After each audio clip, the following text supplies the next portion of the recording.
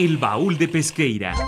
Un espacio que enriquece diversos acontecimientos históricos a través de la sonoridad de la radio. Esta es una producción del Departamento de Historia y Antropología en coordinación con Radio Universidad. El Baúl de Pesqueira. Enriqueciendo la historia sonora.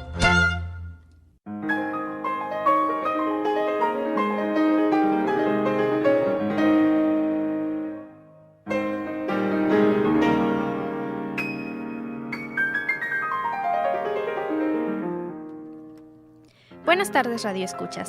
Sean bienvenidos a su programa El Baúl de Pesqueira.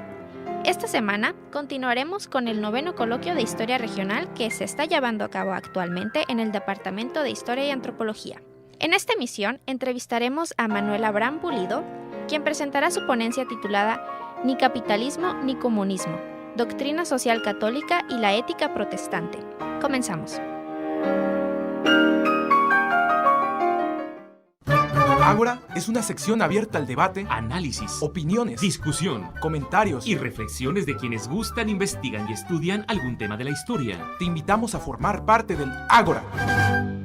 Nos encontramos con Manuel Abraham Pulido, quien es egresado de la licenciatura en Historia de la Universidad de Sonora y actualmente se encuentra realizando su tesis sobre el discurso antiprotestante de los católicos en Sonora. Él será ponente en el coloquio de este año. Bueno, Abraham, muchas gracias por acompañarnos. Gracias por invitarme. La ponencia con la que participarás en el coloquio se titula Ni capitalismo ni comunismo, doctrina social católica y la ética protestante, ¿no es así? Es. Uh-huh. Según tengo entendido, es en el contexto del siglo XIX y habla sobre la encíclica papal Rerum Novarum. Novarum. Ajá. Rerum Novarum, ok. Bueno, ¿podrías hablarnos un poco sobre de qué trata tu ponencia?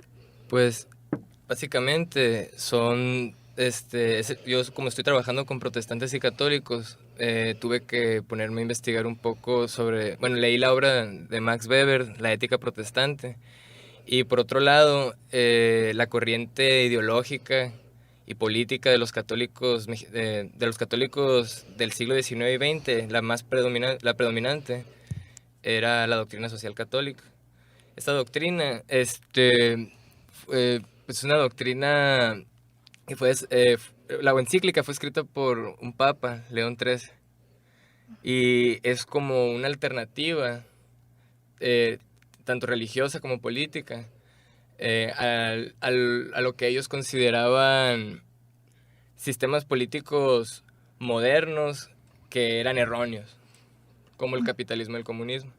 El asunto es que se ha llegado a pensar que la ética protestante engendró al capitalismo, no según la obra de Weber, así es. No obstante, para el caso ya de América Latina, tanto protestantes como católicos tenían esta concepción político-ideológica de que ni capitalismo ni comunismo, ambos sistemas políticos, ambas ideologías, por ciertas características mismas que tenían o que tienen, pues son anticristianas. Uh-huh. Entonces lo que yo estoy analizando simplemente es tanto la doctrina social católica como la ética protestante son distintas.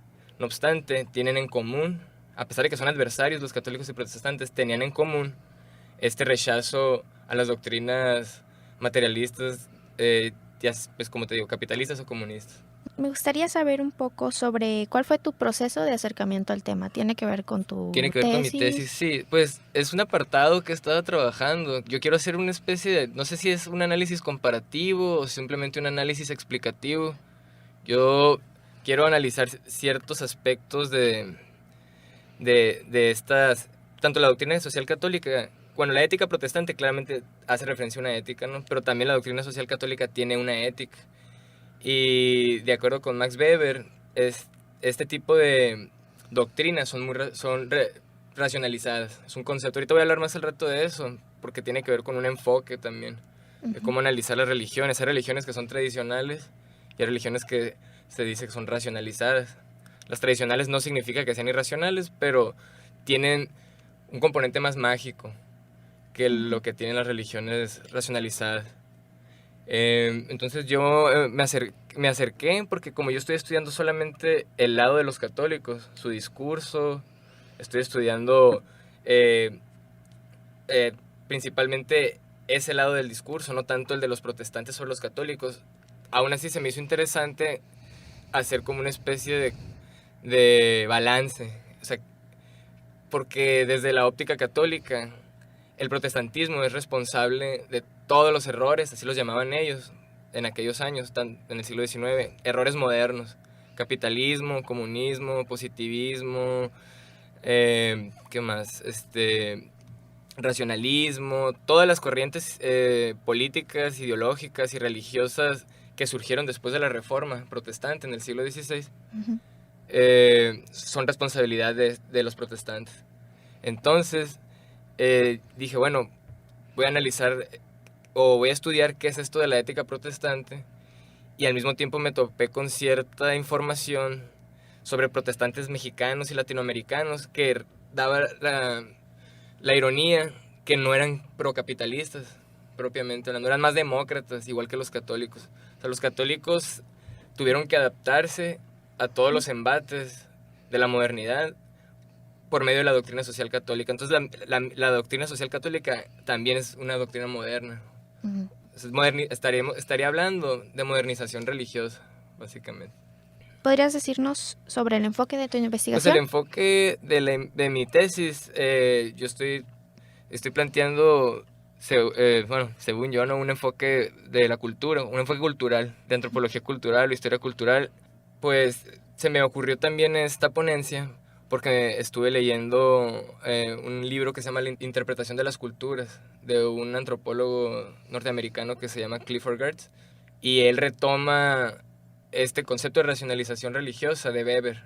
Entonces el enfoque de Weber y el enfoque de Clifford Geertz es entender la cultura como un entramado de significaciones simbólicas. Entonces hay símbolos, obviamente estos símbolos son distintos a los de las religiones tradicionales, pero están ahí, y lo que yo estoy tratando de hacer es pues develarlas nada más, ¿no? Ponerlas así en un orden. Pero igual, o sea, el enfoque de mi tesis pues no está definido. Ese es el enfoque por el que, según yo, me voy a ir, porque hablar de religiones, o sea, si escojo un enfoque funcionalista, positivista o marxista, voy a darle demasiado peso a lo político, a lo funcional, y no a lo religioso en sí mismo. Y es lo que yo estoy tratando de abordar.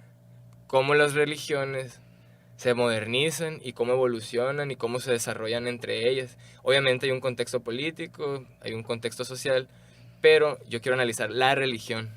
Entonces por eso retomo a Weber y por medio de Clifford Geertz principalmente. Claro, entonces sería como enfocarte en la religión, y lo político sería como no el protagonista, sino los influyentes en el hecho. Precisamente por eso es ni capitalismo ni comunismo. Hay una relación entre estas doctrinas cristianas, o sea, tanto los protestantes como católicos, con su medio social y político. Ellos escribían sobre eso, les preocupaban este tipo de cosas y se atacaban constantemente, y en su discurso hay muchas falacias. Por ejemplo, los católicos en más de una ocasión acusaban a los protestantes de ser posibles aliados del comunismo, cuando históricamente jamás sucedió, jamás se dio eso. Y asimismo los protestantes tenían sus propios discursos estereotipados o con falacias, ¿no? Pero igual la exageración, las falacias, las acusaciones agresivas, la mentira, por eso es relevante también históricamente, historiográficamente y históricamente. ¿Por qué? Porque nosotros como historiadores se supone que no nos vamos a los hechos, ¿no? Nada más, sino también a cómo las personas de un tiempo entendían su medio social o su medio ambiente, por llamarlo así. Entonces, pues básicamente es eso. Bueno, y para abordar tu tema, ¿qué fuentes has utilizado? Bueno, para esta ponencia y para la tesis estoy utilizando fuentes primarias, algunas que he sacado del AGES y del Fondo López Yescas, que está en el Museo del INA. Pero principalmente son fuentes bibliográficas. Y de hecho la tesis va a estar más orientada a encontrar este discurso del que yo estoy hablando, aparte de la ponencia. No, la ponencia es una cosa, es un apartado de la tesis, pero sobre el discurso antiprotestante, sobre este discurso católico, yo estoy revisando más bibliografía, que incluso, o sea, académicos de la década de los 80s, 90s y principios del 2000 están trabajando, pero ellos tienen, por ejemplo, Dora Elvia tiene estudia la Iglesia Católica en Sonora, ¿no? Jan Meyer tiene un libro sobre historia de los cristianos en América Latina. Todos tienen sus diferentes fines, no obstante siempre me dejan apartados en los que sale a relucir esto del catolicismo protestantismo, esta relación de desconfianza y agresiva, ¿no? Son dos representaciones religiosas distintas, no obstante tienen un mismo origen, ¿no? Y siempre sale, entonces yo estoy más que nada revisando bibliografía. Y sí, estoy trabajando con fuentes primarias, pero sinceramente no creo que vaya a estar muy cargado de información respecto a la región. Sé que es un poco contradictorio porque digo que el tema es sobre los católicos en Sonora, ¿no? No obstante, este discurso es nacional. Y lo que yo he descubierto con mi investigación es que no era una preocupación nada más del obispo de Sonora, la presencia de protestantes o la presencia de ideas protestantes, sino que en todos los obispados se hablaba de lo mismo. Y ahí regresaría con Weber. La Iglesia Católica estaba buscando crear una feligresía más ortodoxa, volverlos más conscientes de su doctrina, alejarlos un poco de la religiosidad popular y acercarlos más a su grey, ¿no? Y eso es muy interesante porque me habla precisamente de estos procesos de readoctrinamiento en los que se nota que la Iglesia Católica tiene un interés en formar un tipo de creyente más estandarizado y homogéneo. Porque como sabemos, en México y en América Latina, pues existe esta religiosidad popular, no nomás en América Latina y en México, en todo el mundo de hecho, en África y en Asia también. Existe esta religiosidad popular y existe esta religión más ortodoxa. Entonces, eso es lo que estoy analizando y por eso me conviene y es muy útil para mí utilizar estos enfoques de Weber y de Clifford Geertz. Entonces también podría decirse que con lo que sucedió en Sonora buscas explicar un proceso nacional. Ándale, exactamente, porque mira, los hechos particulares, o sea, para otra investigación estaría bien, porque sí se puede profundizar más, ¿no? Pero yo, por el tipo de trabajo que estoy haciendo, que es una tesis de licenciatura, prefiero poner eso en claro antes de entrar directamente con lo regional. Lo regional es importante en tanto que tiene un sentido también, no nacional, sino pues con otras regiones, ¿no? Como se nos ha enseñado, no existen estas regiones insulares, ¿no? Que no tienen ningún contacto. Para empezar, el cristianismo es importado de Europa, exportado de Europa a América. Y tanto protestantes como católicos son creencias europeas, pues. Entonces, la región es relevante, pero para mí no tanto. A lo mejor me iban a crucificar mis maestros si me escuchan. Pero para mí en este instante todavía no es lo que me interesa. Me interesan más estudiar las ideas y las creencias que buscar particularidades.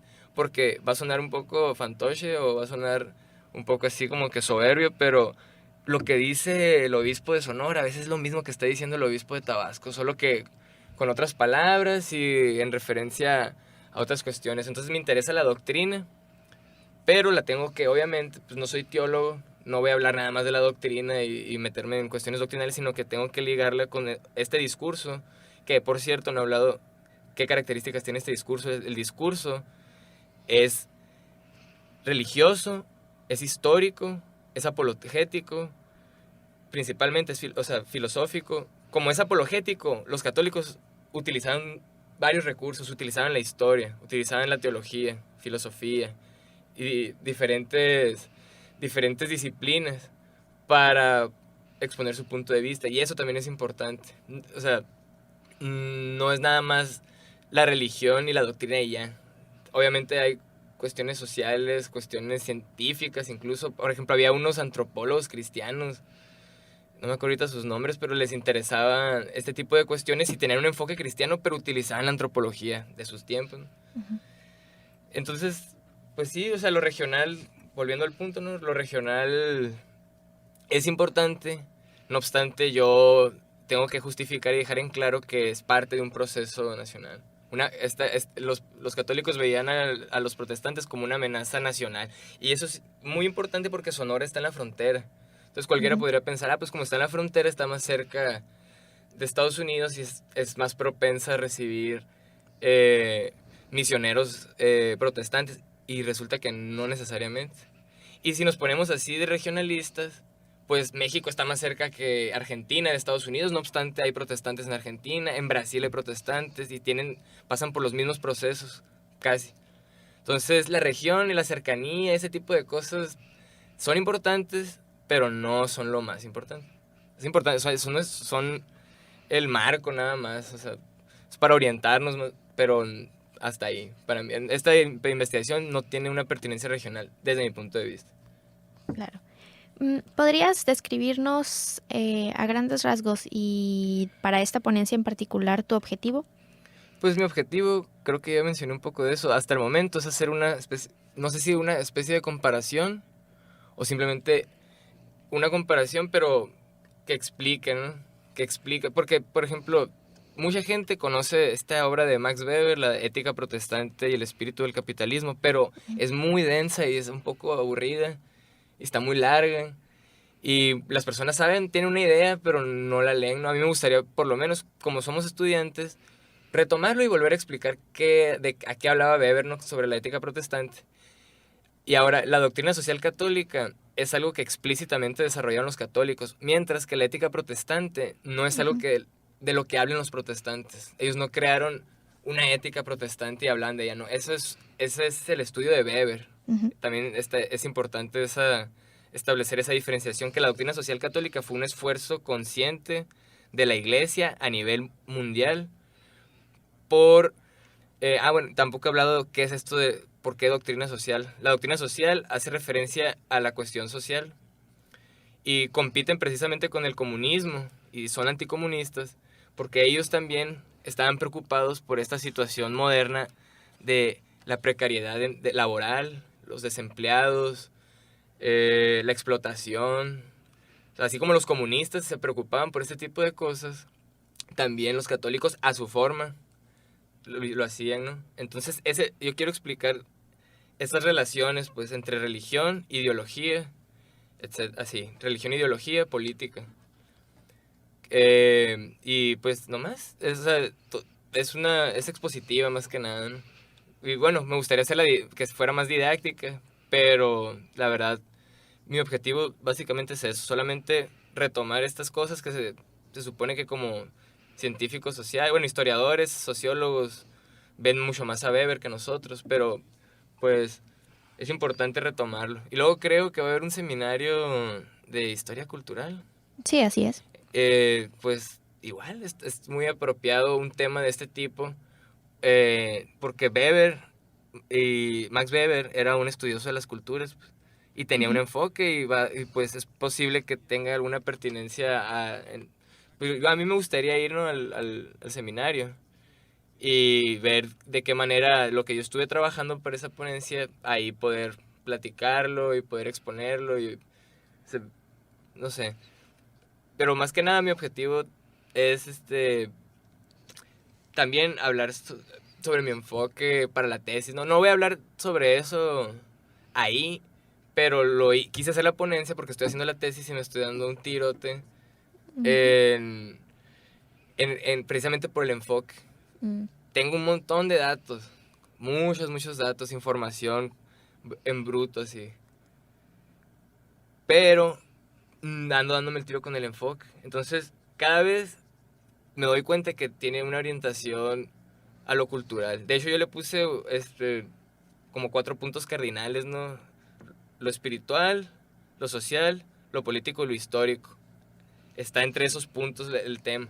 No obstante, necesito un enfoque que pueda abordar esas 4 cosas. Porque lo espiritual también es relevante historiográficamente.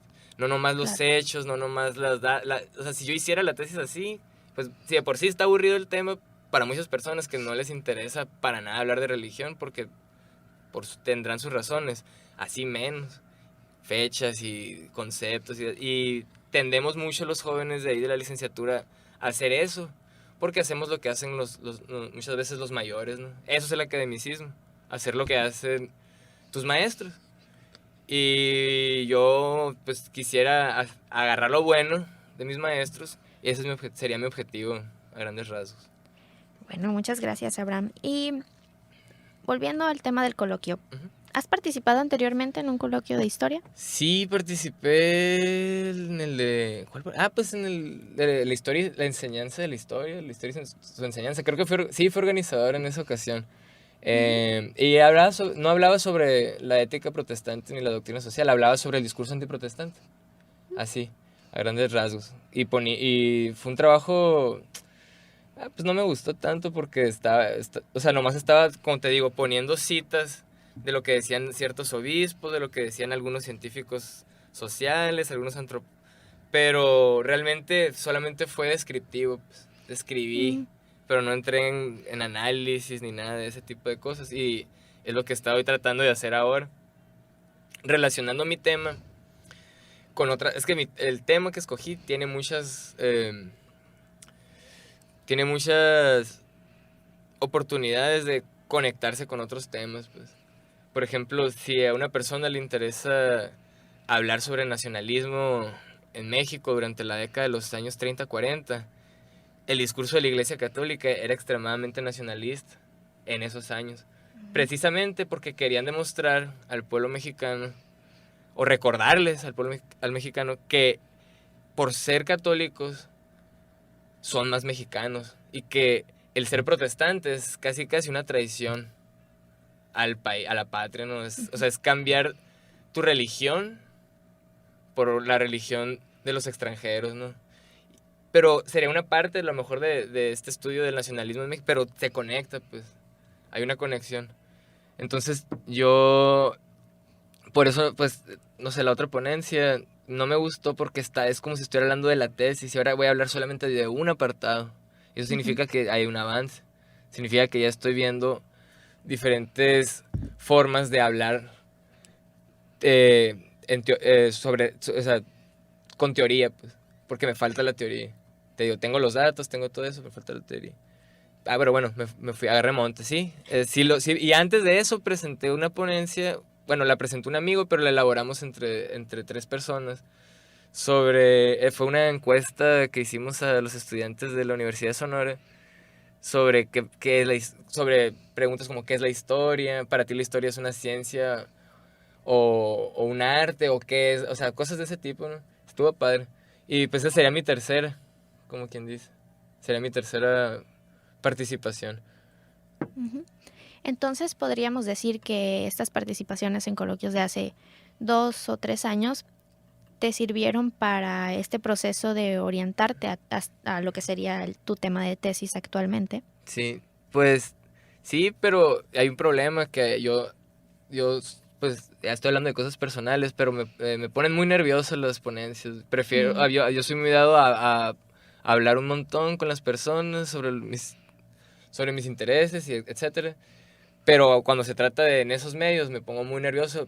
Y la verdad que sí me ayudaron, pero como que yo mismo me he contenido en no participar. Pero sí, pues, nada más la segunda ponencia que presenté y esta tienen relación. La otra era de otra cosa. Bueno, muchas gracias por toda la información que nos has dado, Manuel Sí. Abraham. Y por último, me gustaría pedirte que invitaras a toda la comunidad historiográfica, si se puede decir así, a participar en el coloquio, dada tu experiencia. Pues sí, pues los historiadores y también a los sociólogos que les interese están invitados y el resto de las personas también. Cualquier persona de la comunidad de estudiantes de la universidad es bienvenida y pues ahí los estaremos esperando. Ok, muchas gracias por acompañarnos, Manuel. Gracias a ustedes.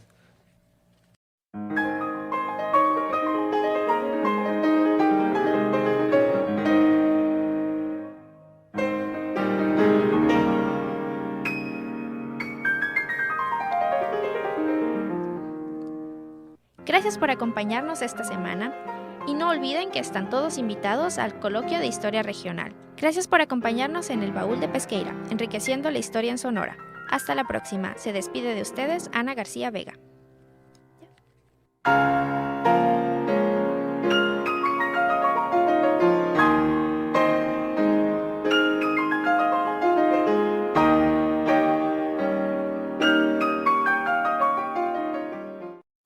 Por hoy, el Baúl de Pesqueira ha cerrado un programa más. Te invitamos a escuchar un encuentro entre el pasado y el presente de Sonora en la próxima emisión. Esta fue una producción del Departamento de Historia y Antropología en coordinación con Radio Universidad. El Baúl de Pesqueira. Enriqueciendo la historia sonora.